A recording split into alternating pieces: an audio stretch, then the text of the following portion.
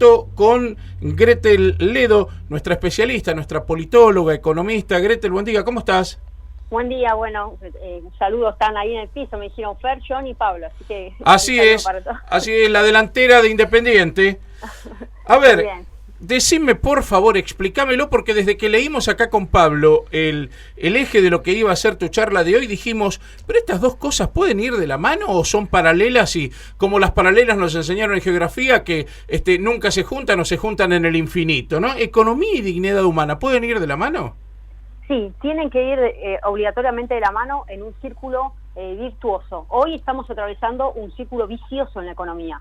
Digamos, los indicadores justamente hablan de una economía totalmente destrozada, donde ya se ha erosionado el tejido social y la esencia mismo de la condición del individuo, del sujeto. Y cuando hablamos de dignidad humana, estamos hablando del respeto, ¿no? Hacia la persona misma, hacia los demás, el no dejarse humillar, el no dejarse degradar, el merecer el respeto. Y esto ya está consagrado, recuerden, en el artículo 14 bis de nuestra Constitución, y se remonta en realidad a la reforma del 49, en el marco de lo que fue el constitucionalismo social, y después fue derogada en el 56 y retomada en la Convención Constituyente del 94. Consagra las condiciones para que se den un trabajo digno. ¿Cuál es el marco? Igual remuneración por igual tarea, principios que ya conocemos, salario mínimo vital y móvil, participación en ganancias de las empresas por parte del trabajador, para asegurar justamente las condiciones de equidad laboral. Ahora, esta expresión que tiene que ver con la dignidad, que tiene que ver con la esencia de la persona, nos hace replantear qué es lo que pasó hoy con la Constitución Nacional. Tanto se habla hoy de la República, ¿no? Tanto se habla de la defensa de las instituciones. Y la pregunta que nos hacemos, ¿quién es el verdadero guardián de la República? ¿Es el gobernante o no es nada más y nada menos que el soberano, que es el pueblo? El pueblo indudablemente es el guardián de la República, porque hoy la Constitución se ha tornado simplemente, como decía Lasalle, una mera tira de papeles. O sea, son derechos formales pero no sustanciales, o sea, adolecen de operatividad. No hay una especie de tangibilidad, digamos, no son tangibles esos derechos. Entonces hay una gran declamación respecto a cuáles son las prerrogativas, los derechos que tienen, las facultades que tienen los ciudadanos, que tiene que ver con las condiciones para desarrollarse plenamente en la sociedad, que está ligado al trabajo, a la dignidad. Y hoy los indicadores hablan de un retroceso a la pauperización tajante, digamos, de la ciudadanía. Por eso estoy hablando cuando hablo de economía, está ligado a la dignidad humana. Ahora, cuando ya se pierden esos niveles, esos catalizadores, esas variables fundamentales que tienen que estar controladas de parte de la economía y no se generan las condiciones para el progreso individual de una persona, se ha perdido la dignidad humana. Y es lo que está pasando hoy con la ciudadanía. Se ha perdido esa especie de esperanza en la actualidad, en lo que está pasando en el plano del presente, y es necesario justamente un replanteo. Y está un poco revisando cuáles son las últimas cifras que publicó el INDEC respecto a la capacidad instalada de la industria, porque, a ver, recordemos, Argentina todavía hay un dilema que todavía no llega a resolver, un poco lo expresa tanto el gobierno como la oposición. Una de las últimas declaraciones de Alberto Fernández mencionó, incluso hasta el FMI están enviando técnicos especiales para ver cómo estudian estrategias, digamos, si quiere, o propuestas para mitigar la inflación. O sea, hasta Argentina se ha tornado en una especie de fenómenos de estudio, como siempre lo ha hecho, de parte de afuera. El tema es que las respuestas no vienen del plano internacional, tienen que originarse desde el seno, o sea, desde el cuno de la sociedad, vale decir, desde la propia esencia de la argentinidad, porque no se plantea la posibilidad de éxito, de salida con éxito, cuando se replican soluciones importadas, que es lo que está pasando ahora. Vino el FMI con su paquete de siempre, ya conocemos cuál es la tradición. Recuerden un poco lo que fue la reforma del Estado del Consenso de Washington durante la presidencia de Menem, cuando se quieren implantar medidas de estabilización, de ajuste, para lograr justamente equilibrios en el plano macroeconómico, automáticamente termina diezmada la economía real, la economía doméstica, ¿no? Entonces no se contempla cómo funciona y cuáles son las lógicas de consensos y de acuerdos necesarios para que esto, digamos, llegue a un plano, digamos, positivo. Ahora, sí. Gretel, buen día. Pablo, ¿cómo estás? Bueno. ¿Viste ese dicho que dice somos todos buenos pero el poncho no aparece? En la economía no se verifica eso porque el poncho siempre aparece. En realidad, cuando se habla de pérdida, cuando se habla de caída de la actividad económica, también hay que ver la otra cara de la moneda, que es quiénes son los ganadores. Y acá aparece claramente que, por ejemplo, en todo este panorama que vos describís muy bien, uno de los significativos datos tiene que ver con la caída del salario en la Argentina, medido en dólares, por ejemplo, producto de la devaluación y un montón de factores, que nos llevó de estar primeros en América Latina a estar en el puesto número 9. Entonces, ahí sí aparece la otra parte oculta de esta historia, que es cuál es el problema de la economía, que es un problema de distribución, no solamente de creación de riqueza o de generación, sino básicamente de distribución, esto de acuerdo a mi óptica, y queda claro que los que perdieron favorecieron las ganancias muy concentradas de unos muy pocos en todos estos años. No es que todos perdimos en la economía. No, de acuerdo a lo que estás mencionando, justamente cuando vemos, hoy por ejemplo, si uno revisa la capacidad instalada que tenemos en la industria, ¿no? Sí. Las últimas cifras que publicó el INDEC están en 59,1% en junio, o sea, una caída sustancial respecto al año pasado. O sea, para traducirlo, para que la audiencia lo traduzca, el mapa industrial hoy a nivel nacional tiene una capacidad ociosa de 40,9%. O sea, los más golpes lo han recibido todo el sector de la industria automotriz, la metalmecánica, textiles, caucho, plástico. A ver, cuando hablamos de una capacidad ociosa que ronda el 41%, es alarmante, teniendo en cuenta que están las industrias paradas. O sea, toda la generación de riqueza se ha colocado un gran palo en la rueda en pos de querer mitigar el tema de la inflación, ¿no? Controlar la estampida de la devaluación, digamos, justamente la estampida del tipo de cambio, del alza del dólar, para crear las condiciones favorables de la exportación. Ahora, volviendo a tu pregunta, hay una exportación para unos pocos, aquellos que sí alcanzan las condiciones necesarias para generar los volúmenes, digamos, esperables de oferta exportable para colocar bienes, más bienes que servicios en el exterior. Entonces, ¿qué sucede con esa afluencia de dólares? ¿Cómo ingresa al mercado? ¿Cómo si hay una especie de derrame, que no lo hay, un spillover, digamos, que es lo que se esperaba de la economía, un derrame interno? Como no llega, ahí es donde tiene que aparecer el feliz rol del Estado. ¿Se acuerdan que Oscar Oslak hablaba del Estado raquítico, el Estado macrocefálico y el Estado anémico? O sea, el Estado anémico es un Estado mínimo, es un Estado que apenas brega por las garantías mínimas, que seguridad, bregar por digamos, lo que es el Estado de policía, el contralor, garantizar ciertas condiciones de convivencia pacífica. Es un Estado mínimo que no interviene en nada y deja todo regulado al mercado. Después está el Estado macrocefálico, que avanza sobre el mercado y digita absolutamente todo. Después hay otro Estado, que es el Estado atlético. El Estado atlético es el punto intermedio, el punto medio. A Argentina hoy le falta ese tipo de Estado. Para que exista ese Estado atlético tiene que haber un gran consenso, un gran acuerdo, y un poco lo dice el candidato de la fórmula Fernández, Alberto Fernández, dice, bueno, es necesario trabajar en una mesa de acuerdo para que se generen las condiciones donde cada uno de los sectores va a tener que indudablemente resignar. Hay una especie de costo de oportunidad, como dicen los economistas, cada uno va a tener que entregar una parte de su posición para llegar a algún acuerdo de progreso, ¿no? Porque hay varios sectores que acá están en pugna. Tenemos, por un lado, dónde está posicionado hoy el campo, qué está pasando hoy con la industria, cómo está esto repercutiendo a nivel interno, digamos, en el salario también real.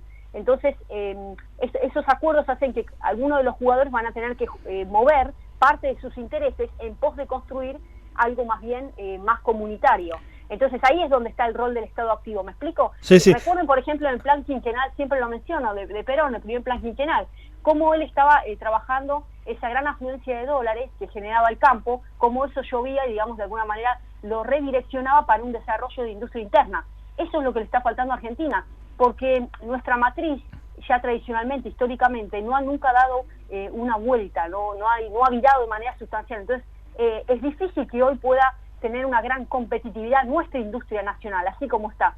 Entonces ahí está el rol del Estado, que tiene que propulsar, promover y crear las condiciones para que lleguemos a un nivel de competitividad necesario para que después, si en el futuro no se tenga que llegar a funcionar un acuerdo, Mercosur, Unión Europea, por ejemplo, por decir un plano internacional, estemos en las condiciones necesarias para llegar a ese nivel de competencia. Entonces no se trata solo de firmar acuerdos, no se trata de expresiones, no se trata de promesas, se trata de mirar en el aquí y ahora dónde está la industria y qué está pasando con el desarrollo a nivel de las provincias.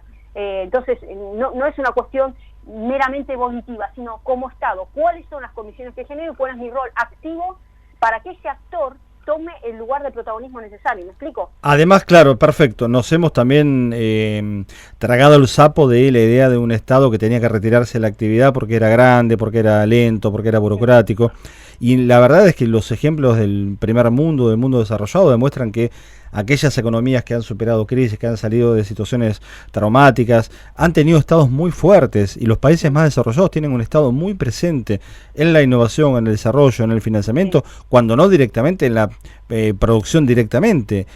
Grandes empresas mundiales tienen participación de los estados centrales, en porcentajes en algunos casos muy elevados, con lo cual, digo, estados flaquitos, estados débiles en los países dependientes, no en los países centrales, que es otra lógica que parecía superada en el mundo después de los 90, después de la caída del muro de Berlín, después de la caída del socialismo real, pero que sin embargo sigue operando esta idea del primer mundo y un mundo periférico, o como lo quiera llamar cada uno del marco teórico que elija. Bueno, recuerden que estos días estuvo por ahí flotando en los medios de comunicación que, paradójicamente, yo lo vengo diciendo hace mucho tiempo, la famosa Junta Nacional de Granos, ¿no? Sí. A ver, ¿por qué el tema de la Junta Nacional de Granos? A ver, insisto en lo siguiente. Indudablemente cada uno de los sectores brega por un interés particular. Ese interés particular y la sumatoria de intereses individuales nunca van a llegar a una cosmovisión de interés comunitario. Entonces, si ese interés comunitario no es creado desde el Estado, el gobernante, la persona que esté en ese momento tomando, digamos, está al frente del cargo, la toma de decisiones, es difícil que desde las individualidades se recree ese sentido de pertenencia, el sentido de nación, el sentido de patria, el sentido de comunidad organizada, el sentido justamente identitario que tiene que ver con un interés superior por encima de las individualidades. Entonces, ¿por qué la Junta Nacional de Granos? Por el simple hecho de que un sector no va a estar dispuesto per se a entregar parte de su renta para el desarrollo de otro sector.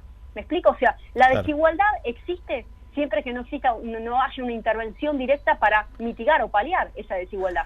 Si no, no existiría justamente la reforma con todo lo que fueron los derechos sociales, ¿no? Ustedes recuerdan que fue los primeros derechos son los derechos individuales de la Constitución, después la segunda oleada son los derechos sociales, y la tercera son los famosos derechos ambientales, defensa del consumidor, son la cuarta oleada de derechos que se incorpora a la Constitución. Bueno, si queremos materializar esos derechos sociales, ¿no? Y no quedarnos solamente en la Constitución del 53/60, tenemos que, si queremos dar ese salto, y bueno, entonces indudablemente vamos a empezar a tornar más operativa la Constitución. O si no hablamos simplemente de la República, digo, ¿qué es la República? La República también tiene que ver con instituciones que son operativas. Y cuando hablo de instituciones hablo también del bienestar, hablo de la dignidad y hablo fundamentalmente del trabajo. Porque cuando a una persona se le arranca el trabajo, se le arranca su esencia como persona, pierde sentido la vida. Hoy Argentina es uno de los países que tiene muchísimas tasas de depresión, hay gente que todavía sigue consumiendo desde ansiolíticos, o sea, todo ha erosionado la situación económica, ha pulverizado hogares, ¿no? Sí. Ha realmente arrasado con la condición de la persona. Entonces, ya cuando ya toca la fibra íntima de una persona, ahí ya se pone en tela de juicio la sustentabilidad de un modelo que está ahincado con una receta y con una fórmula que está lejana digamos, a lo que estamos padeciendo hoy como ciudadanía. No, y está buenísimo, Gretel, que vos puedas discutir desde tu lugar y plantear el debate sobre la República, porque si no es un concepto que solamente queda en manos de aquellos que no quieren discutir ningún tipo de contenidos y solamente se limitan a una cuestión formal. Entonces, digo, la República también son los contenidos, esto que vos planteás, la República también son los derechos sociales, y es la discusión por la renta, es la discusión por el ingreso, es la discusión de cómo vivimos en definitiva, porque cuando vos mencionás la Junta Nacional de Granos, el ejemplo más simple es el del pan. Digo, ¿por qué dejar en manos del señor que puede exportar trigo, de la empresa que puede exportar trigo, la fijación del precio, porque es más conveniente exportarlo, y que el pan acá se te vaya por las nubes? Digo, esas discusiones son parte también de la discusión de la República, digamos, el precio del pan es también la República en definitiva. Sí, totalmente, lo que estás mencionando, hay una asimetría. Bueno, por eso insisto en dos Argentinas, ¿no? La Argentina para afuera, puertas afuera, que vendemos hacia afuera, ¿no? La cara de Argentina en el mundo, y la cara de Argentina puertas adentro. Y un poco lo decía siempre Maquiavelo, ¿no? El peor enemigo que puede tener un soberano es el pueblo. Digo, es mejor tener un enemigo, no sé, una persona, digamos, un país limítrofe, cualquier tipo de enemigo, pero no que sea el soberano, que es el pueblo, es uno de los peores enemigos que puede tener un gobernante. Y estamos hablando del descontento social. Hay que trazar un paralelo y no llegar a dolarizar a que cada uno de los precios internacionales con esa misma lógica de exportación, porque si no, siempre va a estar el beneficio del exportador, le va a convenir colocar el bien, el servicio afuera, y después cuando lo tiene que colocar adentro por una cuestión de obligaciones, porque les dicen que hay que abastecer el mercado interno, bueno, yo no quiero perder nada, entonces ¿qué hago? Dolarizo el precio. pero acá nosotros no estamos cobrando en dólares. Digo, se le notifica a los exportadores que nosotros, los ciudadanos argentinos, no cobramos mensualmente nuestros salarios en dólares. Entonces hay una asimetría, ¿me explico? Perfecto. Esas son las cuestiones básicas de, digamos, de realidad social que hoy lamentablemente no se están viendo, ¿no? O yo diría, a ver, es más grave, no es que no se están viendo, creo que no se quieren ver adrede. Hay una voluntad por no verla, hay una miopía deliberada, indudablemente, eso es lo que está sucediendo. Gretel, muchísimas gracias por esta columna, ¿eh? Bueno, gracias a ustedes, que tengan buena semana. Gracias, buena semana para vos también, Gretel Ledo, y su columna de hoy.